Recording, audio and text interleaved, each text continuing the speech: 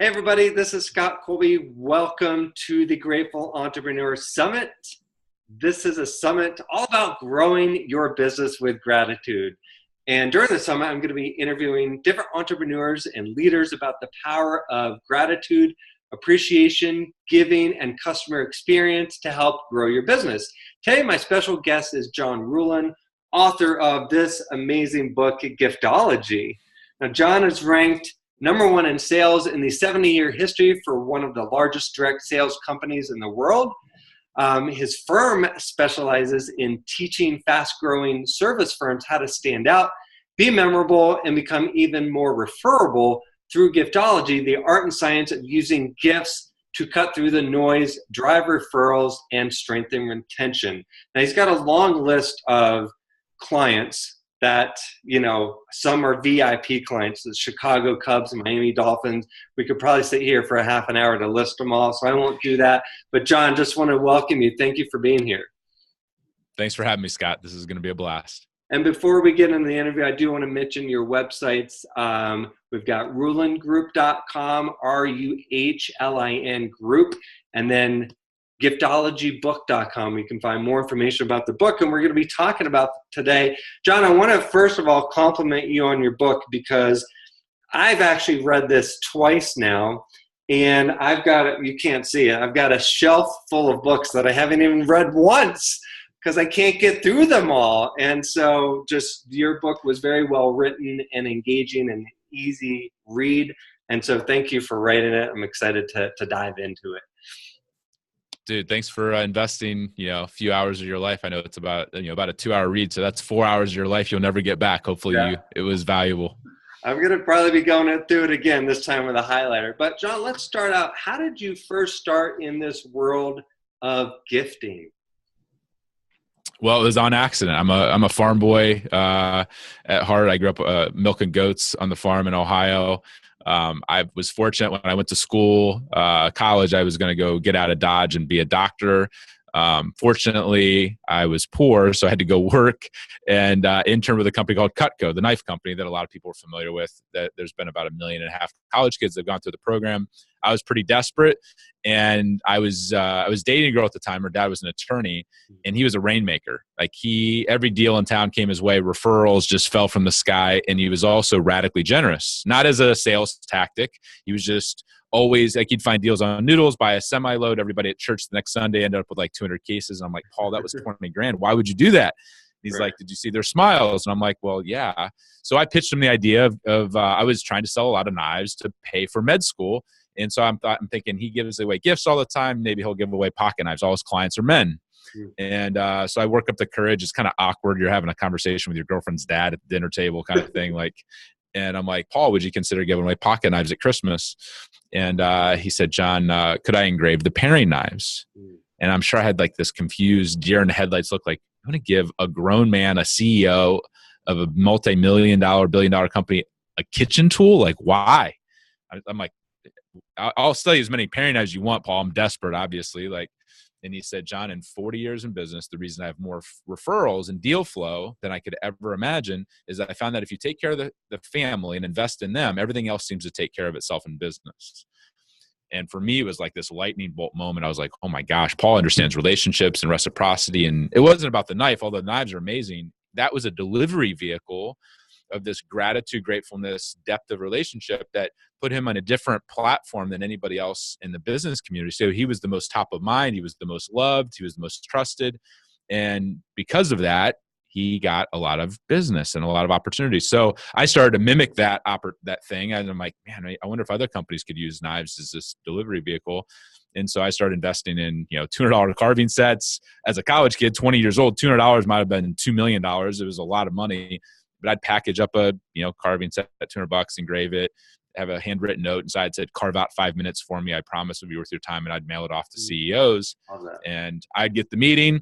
And I started to create a system around how to use gifting to drive these referrals, whatever else. And so I went from this poor farm boy that was trying to go to med school to I literally switched my major. And for the last 16 years, I've been helping companies from $1 million companies to $20 billion companies use this giftology system as a way to drive revenue and results and referrals. And Knives have still, ironically enough, been a part of that. But yeah, we ended up ranking number 1 out of 1.5 million Cutco reps. Not because I'm a salesperson. I'm actually not. I wore glasses to look smarter and the one tie I had to the interview because I wasn't even sure if I'd get hired by Cutco. I didn't realize if you had a pulse, they would hire you. But yeah, the last 16, 17 years, we've been doing this for the Cubs and some of those kind of companies, but we also have, solopreneurs that are doing, $500,000 in sales that just need to stand out and be different. So that's how we kind of fell into the gifting game. Yeah. And one of your first stories that you share in your book is one with Cameron Herold, the founder of 1-800-GOT-JUNK. I mean, it was such a great story. Can you recount that story for us? Yeah. Well, what's funny is everybody thinks he's the founder and he's the COO. He was the guy who did operations, but everybody goes up to Brian, who actually owns the company. He's like, "Oh, I met your founder," and Brian's like, "I'm the founder, dude." And so, but Cameron does such an amazing job of being an ambassador for the brand. But anyway, I heard him speak. I was like, man, he's a guy I want in my corner as a friend, as an advisor, not as a paid consultant, not as just a vendor. And so I heard him speak. I heard he was coming to Cleveland. I reached out to my business partner after I heard. I'm like, we have to get this guy's attention. I had offered him, dinner and a ball game. I had Cavs tickets, and I thought that was going to be my secret dagger. And his response was like, "Yeah, I guess I'll go, but I don't really have anything else going on." It wasn't the, "Oh my gosh, I get to go to a Cavs game and a dinner," like I thought he was going to respond. And then I realized, like a lot of people in business, they go on 100 dinners a year. They go on 100 ball games. They get golf. That's all normal stuff. It's not wow. So I called my partner. I'm like, "Hey, I have this idea." And my business partner's like, "This is the dumbest idea I've ever heard. Like, we can't afford to do that. No way." And so I was like, "Yeah, you're right." So 3 months go by. Cameron's flying in. His flight's delayed. I call my partner. I'm like, "Hey, we got to do this idea." And he's like, "Do you believe in it enough that if it doesn't work, it comes out of your personal draw?" I was like, "Oh my gosh, that's a lot of money." "I do. I believe in it enough." And he's like, "All right, I think it's a dumb idea, but go for it." So the plan was Cameron's favorite store is Brooks Brothers. He was going to go shopping. He's from Canada. There's not a lot of Brooks Brothers. So he was going to go shopping at Brooks Brothers. He wouldn't have time to go shopping. So I went to Brooks Brothers. I'd found out what his shirt size was and his coat size and all that kind of stuff. And I put the Amex down and I bought everything in the entire store in his size in the new fall collection. And when they went to ring it up, I was sweating bullets because I was so nervous. It was $7,000 in clothes. And I was like, "Oh my gosh, this better work." So then I packed it all up in the Suburban, drove over to the Ritz, asked for the GM. I said, "Do you want to do something amazing? One of the top business coaches in the entire world is coming into town." And then they said, "Sure, what do you think?" And I said, "Here's all these clothes." It was like 3-4 racks, like huge racks. I said, "I want to merchandise his hotel room to look like a Brooks Brothers store." And so they did. Sweaters here, jackets, pants, suits, you name it. It was all there. Took up the whole room. And I'm downstairs drinking like this triple on the rocks. I'm not that big a drinker, but I was so nervous. And my partner's in my ear, like whispering. He's like, "He's going to think you're a stalker. This is the dumbest idea ever." And Cameron gets in. You can tell like he has no desire to go to dinner or ball game. All he wants to do is go to bed. He goes upstairs, comes back down. He's glowing. He said, "John, I've had a lot of people do a lot of amazing things for me, but I've never had anybody treat me in the way that you treat me." He's like, "Whatever you want to talk about for as long as you want to talk about it, I'm all ears. I've never had anybody personalize an experience and make me feel the way that you did." And so over the last 10, 12 years, he's opened the doors as the president of Starbucks. The reason we can now charge $20,000 for a keynote when I used to beg to get on stage is because Cameron landed me some of my first speaking engagements and endorsed me. And I didn't have any endorsements. He endorsed the book. He endorsed, like, he's done things that millions of dollars in advertising or millions of dollars in trade shows and all the other crap that everybody does in business could never do. Like, he has become a secret weapon and an advocate and a referral source that's been unbelievable. Do you think that helped open the doors? I mean, you said it led to some speaking engagement and other opportunities. Was that really the spearhead of how you're now working with some sport teams, MGM, other big firms like that? I mean, he was one of them. I mean, I over the last 17, 18 years, we've done experiences and gifts like that for a lot of different people. Sometimes it turns into something amazing. Sometimes it doesn't. But the pro sports team came from a company that I spoke at Purdue early on when I didn't really have any speaking background, and they hired us to help they're a seed corn company. They helped us. They hired us to help open doors with these prospects that were huge farmers. And that guy, we gifted him. We took him down to Ohio State, Texas opening, football game when Ohio State was 1 and Texas was number 2. And, we sent him gifts for him, his wife. He's the one, when he left the seed corn company, he went to Scott's, the lawn care company, and they were sponsoring NASCAR. So he's like, man, we got to get you into NASCAR. And so he opened up the door and teed me up with Roush Fenway when I had no pro sports experience. And then I gifted all the people in that circle, including their assistants. And when one of the CFO of Roush Fenway left and went to another group, he became the CFO of the Miami Dolphins. So that gal pitched us to all the people at the Miami Dolphins, the assistant, because a lot of people are like, oh, I do gifts for the decision maker, the executive signing the check. I'm like, you're an idiot. You should be doing gifts for their inner circle, their spouse, their assistant, their chief of staff, their marketing director, because oftentimes those people are treated like pawns, not peers. So I think that, and even in Cameron's instance, I didn't stop with the $7,000 clothing experience. I continued to send him knives and other things for his wife and for other people in his life. So people are like, oh, you got so lucky you did this one gifting experience for Cameron. I'm like, dude, last year alone, I invested personally, not for a business, right, just personally, $350,000 in gifts to give out to our clients, our prospects, our employees, our suppliers, interesting people we meet at the blackjack table. Like, we've been pouring into people for, over a decade.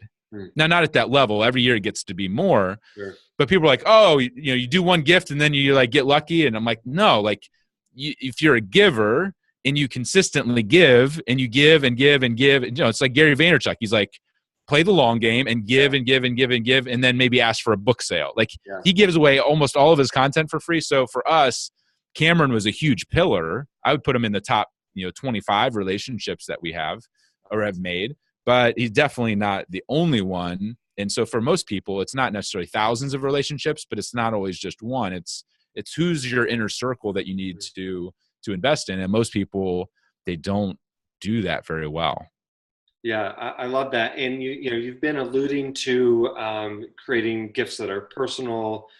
Make sure you're taking care of the inner circle, the spouse. So let's go into a little bit more detail about what makes a bad gift, because I know there's lots of bad gifts out there, and then what would make a great, memorable gift for somebody.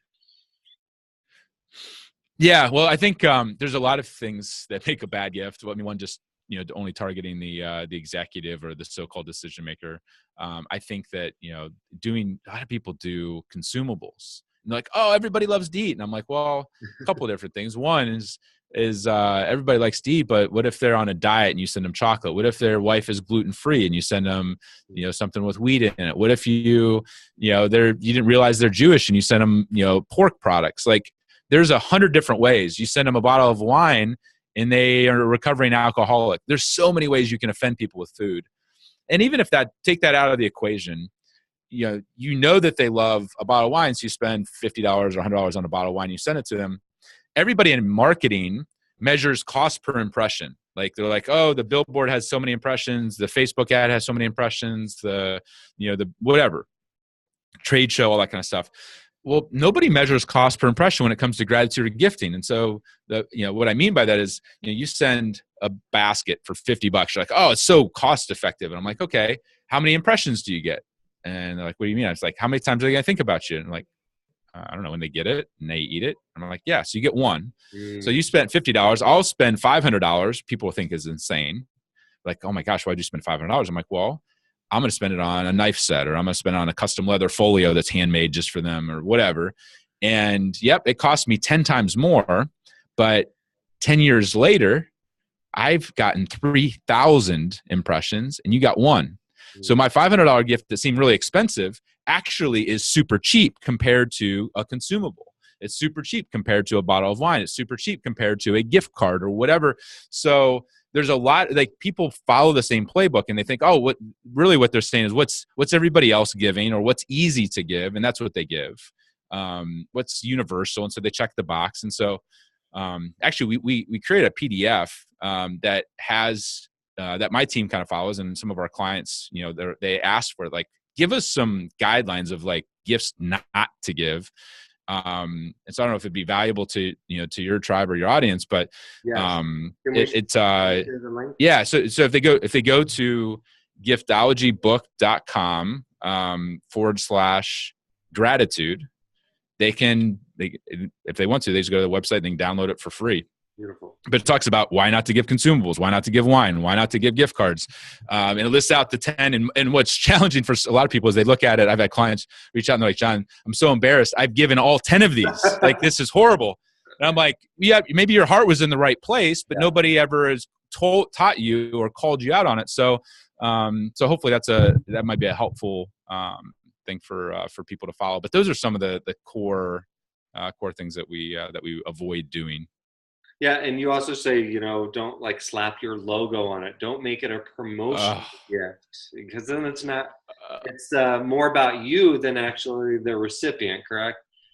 Yeah, can you imagine going to a wedding? Even the cheesiest marketer on the planet wouldn't show up at a wedding and engrave. Imagine me like going to a wedding and doing this beautiful Tiffany's vase and giftologies engraved into the Tiffany's vase on the side. That'd be the cheesiest thing on the planet. Like, if somebody's getting married, you'd engrave their name, their spouse's name, their wedding date, whatever like that. You'd make the gift all about them. Like, that's what a gift is. It's all about the recipient.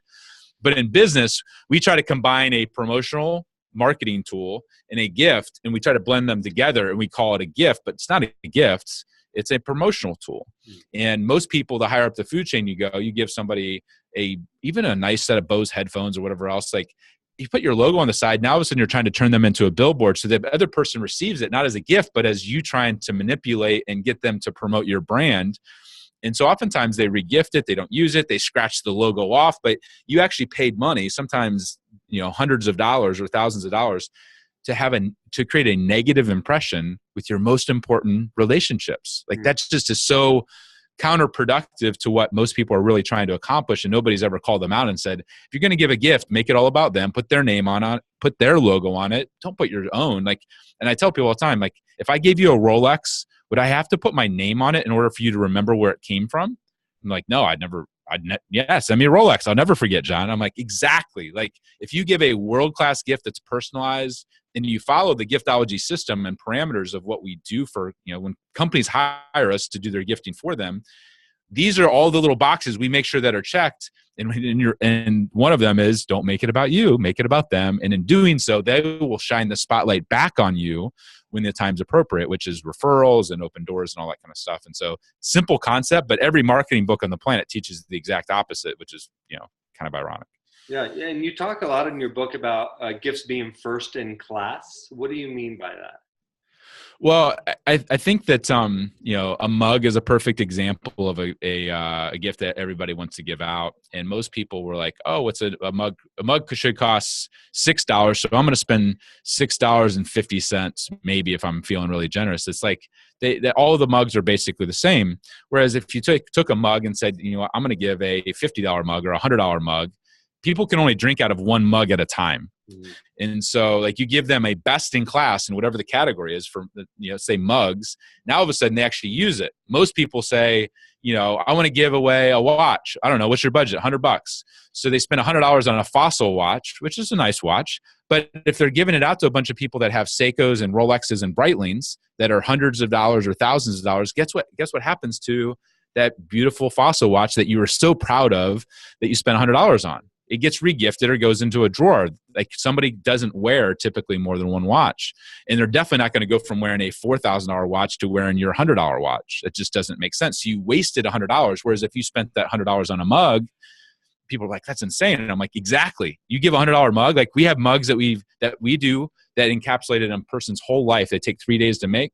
Somebody made them for me and my wife. I used to make fun of mugs, and they cost $600 a piece. The artist makes a video about it. It's like a legacy. It's called an artifact mug. And when people see this mug, they're like, oh my gosh, that's incredible. That's your life story. When I got it, I cried. I've given them to billionaires and they've cried over a mug. Like, a billionaire could afford his own mug, but the idea is to give somebody something that they would never go buy for themselves that makes it personal to them. And so the first in class item is, if you can't afford a Breitling or a Rolex, don't give a watch. Just give a mug, or give our business cards are $3 and people think we're insane. I'm like, anybody can afford a $3 business card. It's just that it's so radically different in the category of business cards that it actually stands out, and it costs me the same it costs me less than a cup of coffee to give away something that's remarkable. Seth Godin talks about all the time, a purple cow. Yeah. Just take whatever the category you're going to do, and if you can't do it world class, first in class, just shift to a different category. It doesn't mean you have to spend the most money, because most people don't have unlimited budgets. They're going up against bigger competitors. We are too. And so if I can't do something first in class, I'll just shift to a different category. Awesome. John, I come from a fitness background. I know there's probably going to be different types of industries watching this interview, but let's say a gym owner who has 300 clients. Where do they start if they're not gifting already? Are they sending gifts to all 300? Are they taking the top 10%? And then how often are they sending? Yeah. So for us, it's a reinvestment of profit. And so most of the time, if you have 300 clients, they're not all spending the same amount, and they're not all necessarily running in the same circles. And so, a lot of times people will say, what can I buy for 300 versus saying, most of my profit and revenue, or most of my referrals, comes from these 10% or this 20%. So if I had 300 people, you have to segment out properly based upon actual profit and actual ability to refer and who you actually enjoy working with. And so I would take that 300 and probably section it down to the top 30 or the top 60. And I would spend all of my budget on gifting, gratitude, and going the extra mile on that group and blow their minds, so that those 30 or 60 or 50 people, whatever the number is, they feel VIP, they feel taken care of. And not only do they stay, hopefully they work out more with you because they feel that deeper connection, but they're more likely to stick their neck out and go way out of their way to open doors for you, which is where, referrals are one of the cheapest forms of getting clients on the planet. And yet most of the time when somebody has a client, they'll spend a ton of money to get a client, and then they spend nothing. Like my buddy Joey Coleman wrote a book called Never Lose a Customer. And he talks about the irony of, like, people don't invest in their current customers, and so they lose them, or they're kind of apathetic. And so if I was a gym owner, I would narrow down the list. And even if you can't do 30 gifts really well, or 30 people really well, take it down to 20. And as far as frequency goes, it depends upon what the budget is. If you want to reinvest, let's say 15% of your net profit from that client back into them, I think somebody that's hiring a personal trainer is a more affluent person. Probably they can afford nice things. It's better to do one gift a year that's really nice than to do 3 mediocre gifts. Okay. And what most people do is they say, oh, I want to do 3 touches, but they really can't afford to because the numbers don't justify it.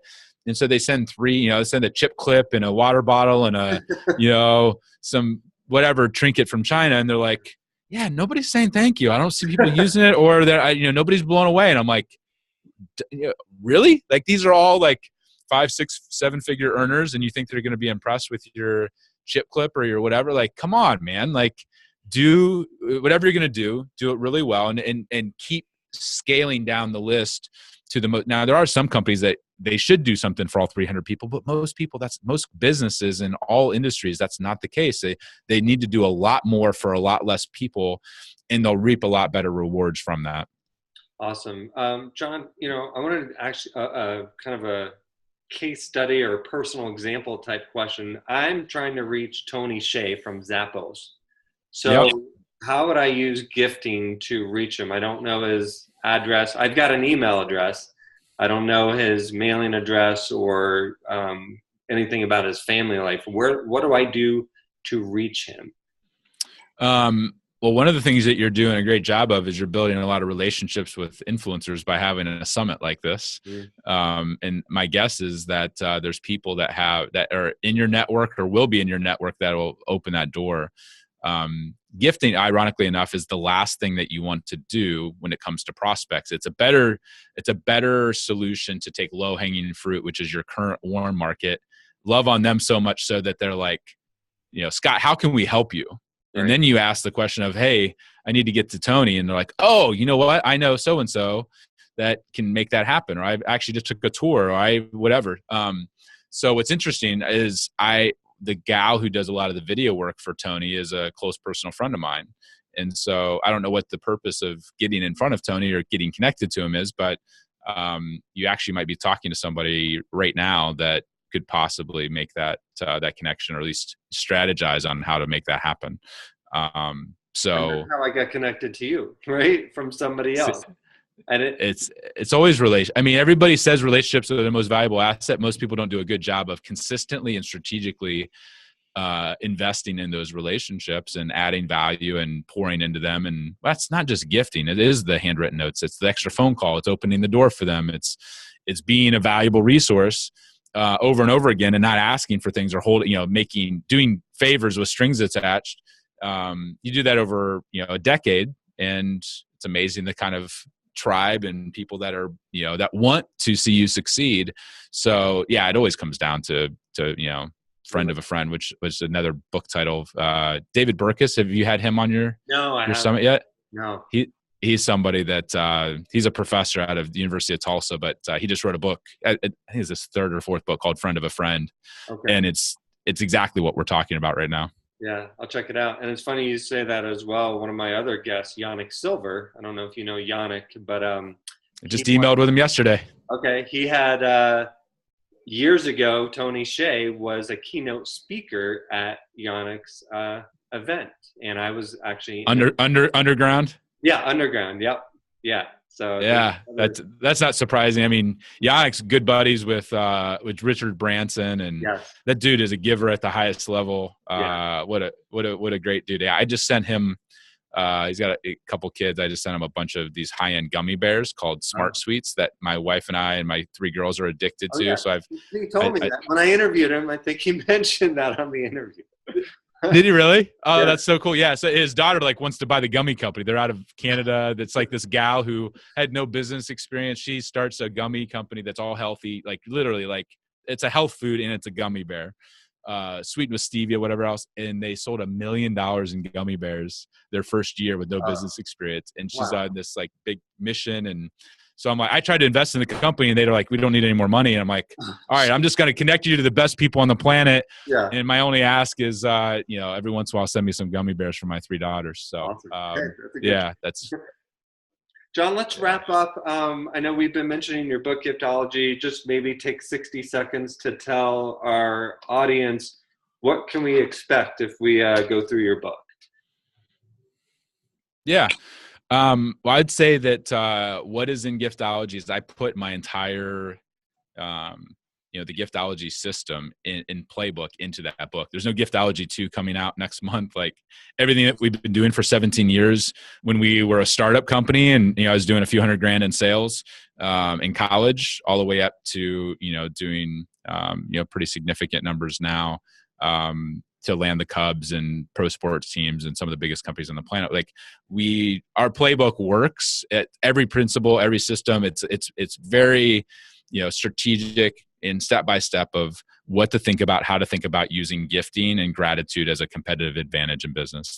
Everything is there. And so there's not a lot of fluff. That's why most people do finish reading it when they start. They're really short chapters. It was made to be read in less than 2 hours, because most people, they get bored that, they just put stuff in there just to make themselves sound smart. And I'm like, I'm a farm boy. I can't even believe I'm writing a book anyway. So I'm just going to put what I would want to read if I was reading it and using it. And I read a lot. And so I tried to drill down the most important info into that book. And so, yeah, that's what's in Giftology. Awesome. Everybody get this book. Like I said, I read it twice, so it's good. You can find this at giftologybook.com. John, where else can we connect with you online if somebody wanted to learn more about what you're doing, or connect with you on social media, perhaps? Yeah, I would say that, Ruhlin Group is kind of the core website. That's where we talk about our fulfillment and all that kind of stuff. But, if you Google Giftology, there's a lot of different, there's articles, there's blogs, there's, Ruhlin Group is the core website. You find out about our keynote speaking and all that kind of stuff. But, if you search Giftology and John Ruhlin, Twitter, Facebook, all that stuff will pop up if that's a good place for people to find us. And remember, the free resources were at giftologybook.com/gratitude, correct? Yeah. That's if they want to go check out the 10 worst gifts to the PDF that we created for our clients, if that's helpful. Yeah, they can check it out there. Well, John, I wanted to thank you for being a guest. Also wanted to just thank you.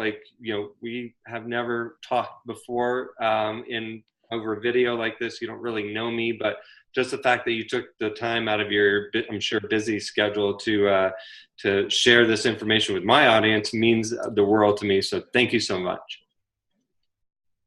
Yeah, man. Well, when I heard it was what you're doing with gratitude, my goal is to inspire people, whether it's through me or through other, thought leaders and people. So if I can help spread the mission and get people to be more grateful and be more generous with their relationships, then I'm usually in. So thanks for asking me.